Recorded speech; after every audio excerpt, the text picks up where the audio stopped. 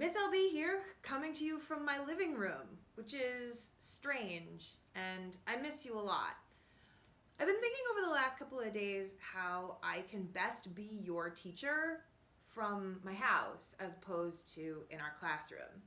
And the way that I decided to do that is through a common language we all share, which is storytelling. I am going to read you a chapter a day of one of my very favorite books. I've always found that in times of worry or a time where we don't have a lot of clarity about what might happen in the future, a really good story helps to soothe everyone's nerves. So the story that I decided to share with you while we're apart is called The Phantom Tollbooth. The Phantom Tollbooth was written by Norton Juster and it was illustrated by Jules Pfeiffer.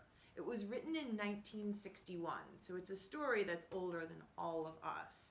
But it's really, really good. It has mystery, it has magic, and it even has a little bit of math. But it's simple math, even I can do it. The thing that I want you to think about today while I read the first chapter are character traits. Now, for those of you who don't have your binder with you, I'll give you a little refresh.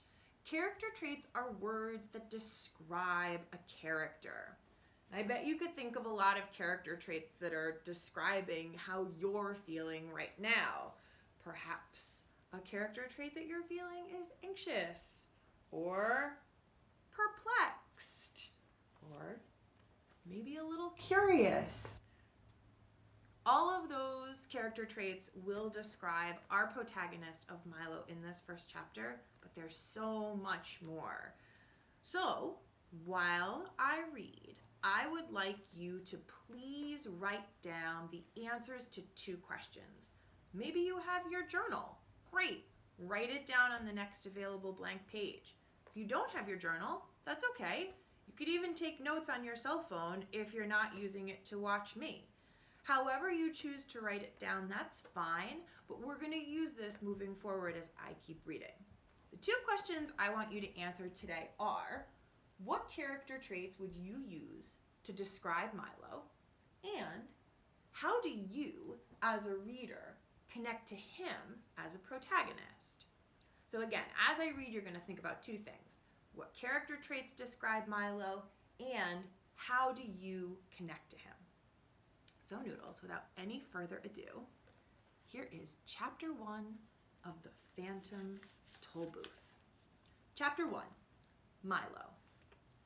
There was once a boy named Milo who didn't know what to do with himself. Not just sometimes, but always.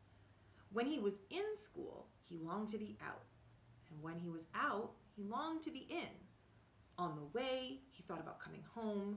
And coming home, he thought about going. Wherever he was, he wished he were somewhere else. And when he got there, he wondered why he bothered. Nothing really interested him, least of all the things that should have. It seems to me that almost everything is a waste of time, he remarked one day as he walked dejectedly home from school. I can't see the point in learning to solve useless problems, or subtracting turnips from turnips, or knowing where Ethiopia is, or how to spell February. And since no one bothered to explain otherwise, he regarded the process of seeking knowledge as the greatest waste of time of all. Here's a picture of Milo. Oh, how dejected. As he and his unhappy thoughts hurried along, for while he was never anxious to be anywhere he was going, he liked to get there as quickly as possible. It seemed a great wonder that the world, which was so large, could sometimes feel so small and empty. And worst of all, he continued sadly, there's nothing for me to do, nowhere I'd care to go, and hardly anything worth seeing. He punctuated this last thought with such a deep sigh that a house sparrow singing nearby stopped and rushed home to be with his family. Without stopping or looking up, He rushed past the buildings and busy shops that lined the street, and in a few minutes reached home, dashed through the lobby, hopped on the elevator, 2, 3, 4, 5, 6, 7, 8, and off again. Opened the apartment door, rushed into his room, flopped dejectedly onto a chair, and grumbled softly, "Another long afternoon." He looked glumly at all the things he owned. The books that were too much trouble to read, the tools he'd never learned to use, the small electric automobile he hadn't driven in months, or was it years, and the hundreds of other games and toys and bats and balls and bits and pieces scattered around him. And then, to one side of the room, just next to the phonograph, he noticed something he had certainly never seen before. Who could possibly have left such an enormous package, and such a strange one? For, while it was not quite square, it was definitely not round. And for its size, it was much larger than almost any other big package of smaller dimensions he'd ever seen. Attached to one side was a bright blue envelope, which said simply, "For Milo, who has plenty of time." Of course, if you've ever gotten a surprise package, you can imagine how puzzled and excited Milo was.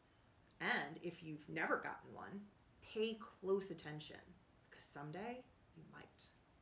"I don't think it's my birthday," he puzzled, "and Christmas must be months away, and I haven't been outstandingly good, or even good at all." He had to admit this, even to himself. "Most probably, I won't like it anyway, but since I don't know where it came from, I can't possibly send it back." He thought about it for quite a while, and then he opened the envelope, but just to be polite.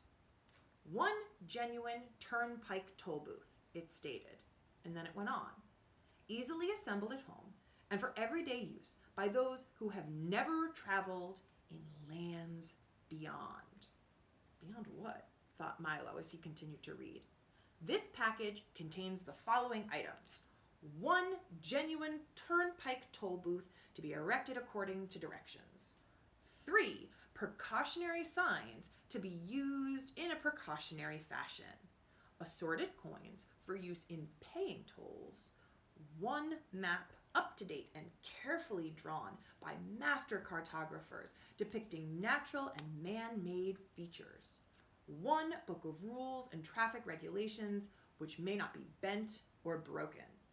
And in smaller letters at the bottom, it concluded, "Results are not guaranteed, but if not perfectly satisfied, your wasted time will be refunded." Following the instructions, which told him to cut here, lift there, and fold back all around, he soon had the toll booth unpacked and set up on its stand. He fitted the windows in place and attached the roof, which extended out on both sides and fastened on the coin box. It was very much like the toll booths he'd seen many times on family trips, except, of course, it was much smaller and purple. What a strange present, he thought to himself. The least they could have done was to send a highway with it, for it's terribly impractical without one. But since that time, there was nothing else he wanted to play with. He set up the 3 signs. "Slow down, approaching toll booth. Please have your fare ready. Have your destination in mind." And slowly, he unfolded the map. As the announcement stated, it was a beautiful map in many colors, showing principal roads, rivers, seas, towns and cities, mountains and valleys, intersections and detours, and sites outstanding interest, both beautiful and historic. The only trouble was that Milo had never heard of any of the places it indicated, and even the names sounded most peculiar. "I don't think there is really such a country," he concluded after studying it carefully. "Well, it doesn't matter anyway," and he closed his eyes and poked a finger at the map. "Dictionopolis," read Milo slowly when he opened to what his finger had chosen. Oh well, might as well go there as anywhere. he walked across the room and dusted off the car very carefully. Then, taking the map and rulebook with him, he hopped in and, for lack of anything better to do, drove slowly up to the toll booth. As he deposited his coin and rolled past, he remarked wistfully, "I do hope this is an interesting game. Otherwise, the afternoon will be so terribly dull." And here's Milo getting ready to go on his adventure. Well, Noodles, that's chapter 1. I hoped you liked it. And again, remember, what character traits would you use to describe Milo? How do you, as a reader, connect to him? I can't wait to hear what your thoughts are. Please, please, please stay in touch through email. And I can't wait to read chapter 2 with you tomorrow. Bye, Noodles.